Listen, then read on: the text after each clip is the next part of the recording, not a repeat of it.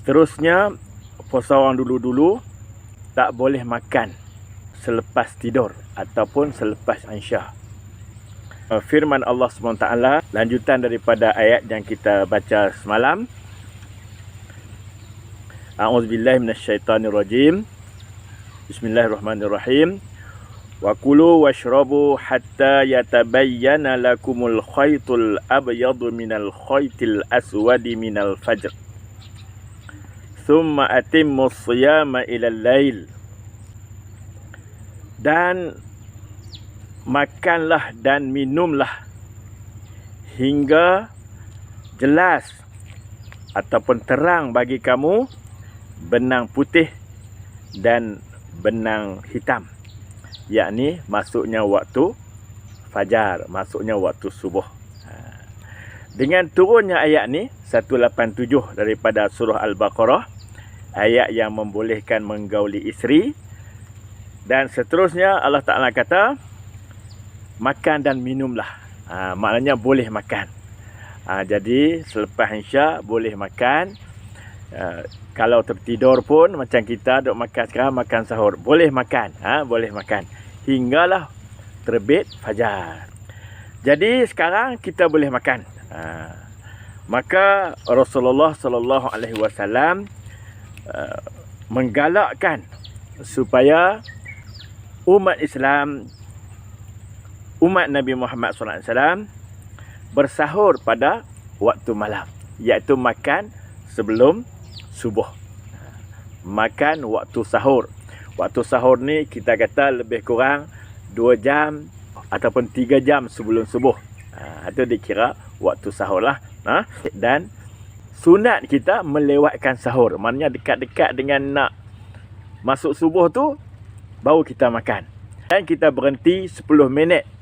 Sunatnya berhenti 10 minit sebelum subuh, iaitu imsak, menahan diri. Seelok-eloknya kita menahan diri 10 minit lah, supaya tak ada yang termakan telajak masa subuh tu. Nabi Muhammad SAW bersabda seperti mana yang diriwayatkan oleh Anas radhiyallahu anhu, tasahharu fa inna fis sahur barakah. Bersahurlah kamu, maka sesungguhnya sahur itu berkat.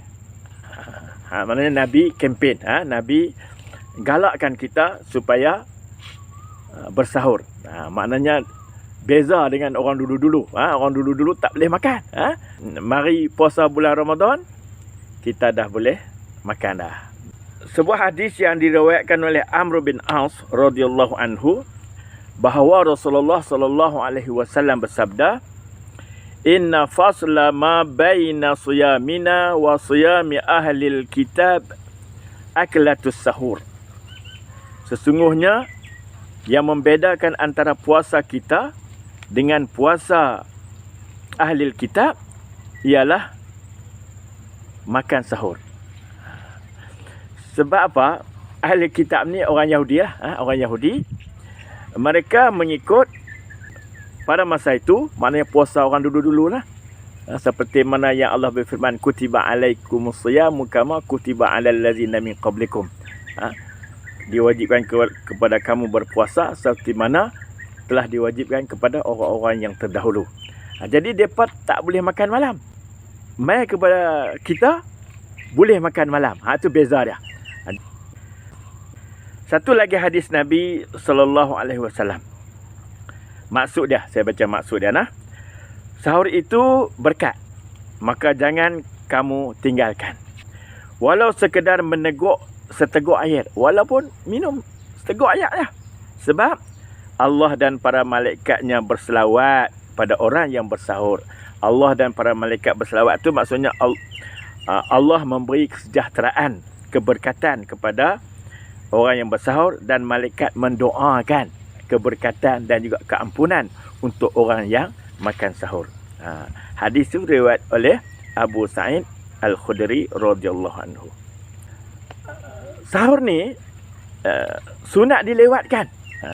Satu hadis Nabi yang diriwayatkan oleh Abu Zar radhiyallahu anhu. Sentiasalah umat aku berada dalam kebaikan selama mereka menyegerakan buka. Menyegerakan buka puasa. Segera buka puasa ni bukan kata masuk waktu telan tu lah. Maknanya 2-3 minit, 5 minit pun masih lagi dalam termasuk dalam segera berbuka. Dan melewatkan sahur. Jadi sahur tu lewat sikit. Mana janganlah makan pukul 3, janganlah makan pukul 2. Dan ada orang makan pukul 12 malam. Tu bukan sahur lah, tu makan tengah malam. Kan? Jadi sahur ni ialah tidur dulu dan bangkit dekat-dekat dengan subuh. Maka kita pun makanlah. Zaman Rasulullah sallallahu alaihi wasallam dulu, Bilal akan bang pertama waktu subuh. Bang pertama tu Rasulullah kata boleh makan lagi. Sebab dia bukan masuk lagi. Kemudian bang yang kedua iaitu bang ataupun azan Abdullah bin Ummi Maktum, maka masa tu tak boleh makan dah, masuk subuh dah. Kita sekarang ni boleh makan selepas tidur. Kita boleh makan sahur. Berbeza dengan umat-umat Nabi dahulu, mereka tak boleh makan. Itulah firman Allah SWT suruh kita makan. Ayat 187 daripada surah Al-Baqarah. Summa atimmus siyama ilal lail. Kemudian sempurnakanlah puasa hingga malam. Maksudnya lepas subuh tu kita hendaklah berpuasa hingga maghrib. Hingga jatuh matahari. Kan? Jadi makan sebelum tu berpuasa, waktu Isya tu dah puasa dah. Sebab tak boleh makan dah. Kan? Tapi Alhamdulillah Allah Ta'ala mengasihi hamba-hambanya. Allah Ta'ala turun ayat yang membolehkan kita makan malam sampailah waktu subuh.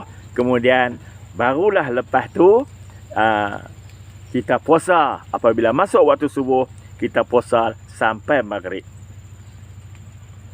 Wallahu a'lam.